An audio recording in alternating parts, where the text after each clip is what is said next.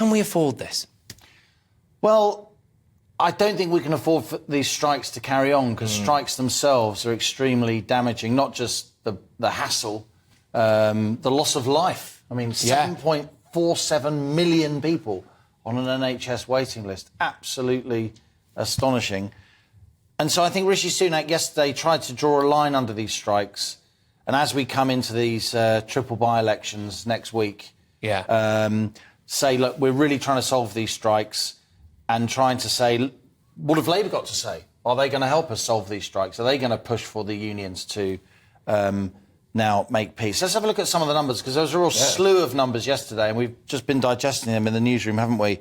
So these are public sector pay awards. About a fifth of us overall work in the public sector. There they are, up on the screen for GB News viewers. Teachers have been awarded 6.5%. These are in line with the pay review bodies, the kind of independent arbiter. Junior doctors get 6%, plus they get a one-off 1,250 quid. That's just in 1 year, and that adds up to, on average, a 9% pay rise. NHS consultants, more senior doctors, 6%. Police and prison officers getting the same, 7%.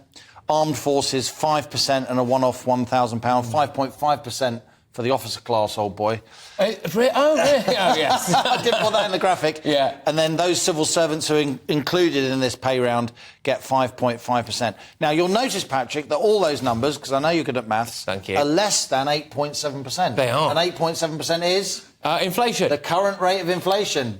Good man. Cheers, mate. That was a gamble. That was a gamble, and I got it right. We didn't even rehearse that. No, we didn't. Because we never rehearse anything. So, look, 8.7% is the current rate of inflation. I think that's for May. I think the June number will be lower. And the government will try and say, yeah, but over the coming year, inflation is going to be less than 8.7%. It's going to average more like 5 or 6%. But still, we've just had 8.7% inflation. We had 11.1% inflation last autumn. So clearly, all these numbers are less than the basic rate of inflation. So, of course, all these numbers are, I'm afraid, real terms pay cuts. But some pay rise is better than no pay rise. I wonder whether or not this is actually relatively clever politics from the government, because they've strung this one out long enough for that whopping great big inflation rate to go down a bit. It's now expected to go down even further, and they've done it in line with this independent pay body review. So they can say, well, look, this is actually what the experts telling us to give you, and they can also not now suffer that argument of, well, inflation's 11%. I think there's something in that. I also think, being, you know, the long-in-the-tooth journalist that I am, I think there's an element of... I'm not saying the government wants these strikes, but the government knows that these strikes make Labour very, very uncomfortable, because Labour can't say, oh, why are you striking public sector unions? Because they got loads of money off the public sector unions because they're the Labour Party. It's their democratic right. But obviously they have big union paymasters.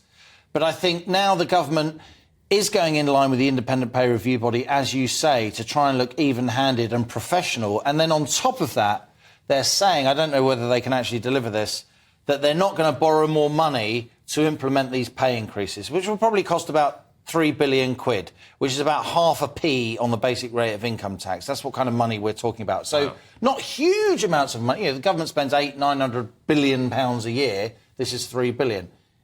It's a rounding error if it goes well.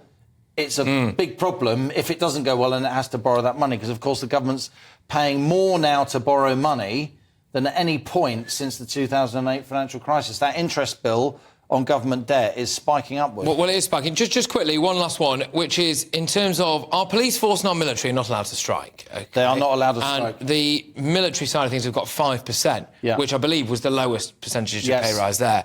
And I just wonder whether that's fair. Well, that's a value judgment for ministers, isn't it? I'd like to see our boys and girls in the armed forces get more money. I'd like to see more money put into the military as a whole. But, you know, it's the school of hard knocks. Most people don't go into the Army, Navy and Air Force for the money. They go in because they have a vocation and, as they see it, a duty to serve. And thank God they're there. Thank God they are. Liam, look, thank God for you. Liam Halligan, our economics and business editor.